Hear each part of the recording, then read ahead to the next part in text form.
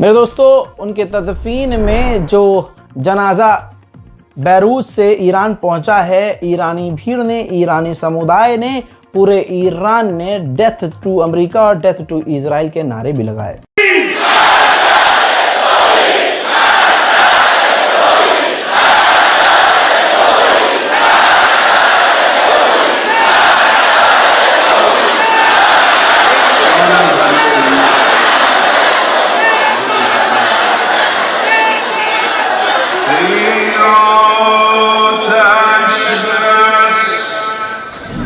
हजरत मोहतरम, उधर Iran full form में आ चुका है। ईरान ने अमेरिका के तमाम युद्धपोत को धमकी दे दी है। ईरान ने कहा है कि हमारी रेंज में, अमेरिका के हमारे इलाके में जो युद्धपोत खड़े हुए हैं और हम पर नज़र रखे हुए हैं, वो सब अमेरिकी युद्धपोत हमारे निशाने पर है। अगर हमें भड़काने का कोई काम किया तो हम जवाबी कार्रवाई कर देंगे। उधर माइक्रोसॉफ्ट ने वार्निंग जारी की है कि ईरान ने गाजा की वजह से, गाजा के समर्थन में इजराइल के ऊपर सबसे ज़्यादा साइबर अटैक करना शुरू कर दिए हैं। लगातार बड़े अटैक इजराइल के ऊपर ईरान कर रहा है।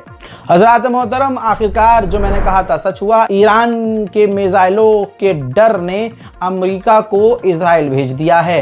अमेरिका के फौजी इस वक्त इजराइल के अंदर थर्ड एयर डिफेंस सिस्टम के साथ तैनात हो गए हैं। कहा यह जा रहा है कि third air defence system America का अभी और भी कई यूनिट इजराइल पहुंचना है। उधर deputy prime minister of Azerbaijan Iran पहुंचे और ईरान के विदेश मंत्री समेत ईरान के आला अधिकारियों से मुलाकात करके अपने हालिया जो रिश्ते खराब हुए हैं उस पर बातचीत करके मामलों को सुलझाने की कोशिश की है। उधर मेरे दोस्तों, कट्टरवादी नेता इजरायली बेंजीवीर ने कहा है कि हमारे पास मौका है कि हम सांप के ऊपर चढ़कर उसकी गर्दन, यानी ईरान की गर्दन ही काट दे। हमारे पास ये बेहतरीन मौका है और नेतन्याहू को ऐसा फैसला लेना चाहिए। उधर इजरायली डिफेंस मिनिस्टर ने फिर से बात बदली है और कहा है कि हमारा अटैक बहुत जल्द ईरान पर होने वाला है और हमारा जो हमला होगा काफ़ी डेडली और काफ़ी ख़तरनाक होगा। हम हमला करेंगे ईरान पर, लेकिन इसका इफ़ेक्ट दूसरी जगह भी देखने को मिलेगा। इजरायली मिनिस्टर ने यह भी कह दिया है कि दुनिया ने नॉर्थ कोरिया को नहीं रोका था तो वो ईरान को भी नहीं रोकेंगे। ये काबिलियत सिर्फ और सिर्फ इजराइल के पास है और हम ईरान के न्यूक्लियर साइट और परमाणुओं को तबाह कर सकते हैं। ये शक्ति हमारे पास मौजूद है। मेरे दोस्तों, स्पेन, ब्रिटेन, हंगरी और इसके अलावा कई सारे यूरोपियन देशों ने इजराइल को उड़ान भरने वाली तमाम एयरलाइंस को रद्द कर दिया है। अगले आने वाले कुछ घंटे खतरनाक भी साबित हो सकते हैं, ऐसा अनुमान लगाया जा रहा है। एक तरफ पूरी दुनिया है और एक तरफ अकेला ईरान है। हजरत मोहतरम, पूरे यूरोप और पूरी दुनिया ने ईरान की एयरलाइंस पर पाबंदी लगा दी है। अब ईरान की एक भी एयरलाइंस ऐसी नहीं है कि वो यूरोप के ऊपर से गुजर कर कहीं चली जाए। ईरान के ऊपर कड़े प्रतिबंध लगा दिए गए हैं। दो वो यहूदी गिरफ्तार हुए थे जिन पर इल्ज़ाम है कि ईरान के कहने पर ये बड़े इजरायली अधिकारी को कत्ल कर सकते थे। उनका पहला वीडियो जारी हुआ, ये देखिए, इजरायली न्यूज़ चैनल ने जारी किया है, जिसके अंदर आप देख सकते हैं लिफ्ट के अंदर वो दोनों यहूदी गिरफ्तार हैं और उनको जो सिक्योरिटी है लेकर जा रही है। नेतन्याहू के, यानी इजराइल के प्राइम मिनिस्टर के स्पोक पर्सन ने, ऑफिस के स्पोक पर्सन ने कहा है कि हम अमेरिका के ओपिनियन को ज़रूर सुनते हैं और उसकी बात को समझते हैं, लेकिन फाइनल फैसला अमेरिका का नहीं बल्कि हमारा होगा। ये फैसला इजराइल का होगा कि हमें क्या करना है। यानी एक तरह से इजराइल ने कह दिया है कि करेंगे तो हम अपनी, सुनेंगे सबकी, करेंगे अपनी। उधर इजराइल ब्रॉडकास्ट अथॉरिटी ने कहा है कि ये बात क्लियर है, हमारा गोल क्लियर है कि ईरान पर कहाँ हमला करना है, किस स्केल पर करना है, कब करना है, ये एक सवाल है। बस हमें ये देखना है कि अब हमला कब करेंगे, बाकी हमारी सारी तैयारियां पूरी हैं। इजराइल के पूर्व प्राइम मिनिस्टर लैपिड ने कहा है कि इजराइल को ईरान के ऑयल फैसिलिटी पर हमला कर देना चाहिए। नेतन्याहू तेल अवीव ऐसे खुफिया अड्डे पर पहुंचे, तेल अवीव में जो है, जहां पर ईरान पर हमले की प्लानिंग हो रही है। कहा जा रहा है ईरान पर हमला इजराइल कंफर्म करेगा। जो अपडेट ताज़ा तरीन आया है वो ये कि इजराइल के टारगेट पर वो फैक्ट्रीज हैं जहां पर, वो जगह हैं जहां पर ईरान की ड्रोन फैक्ट्री है। ड्रोन के साथ साथ वो रॉकेट बना रहा है, मिसाइल बना रहा है। ऐसी तमाम फैक्ट्री के ऊपर इजराइल स्ट्राइक करेगा और साथ ही जो ईरान की ऑफिशियल सरकारी बिल्डिंग्स हैं उन पर भी इजराइल बड़े हमले करेगा। हजरात, ईरान के शुश्तार ऑयल रिफाइनरी में अचानक से धमाके की आवाज़ आती है और आग लग जाती है। कहा जा रहा है कि यह अटैक है। अभी तो बात घूम रही है, अटैक है या कोई हादसा, वो बात अलग है, लेकिन बड़ी बात यह है कि इसमें लोगों के मारे जाने की खबर है।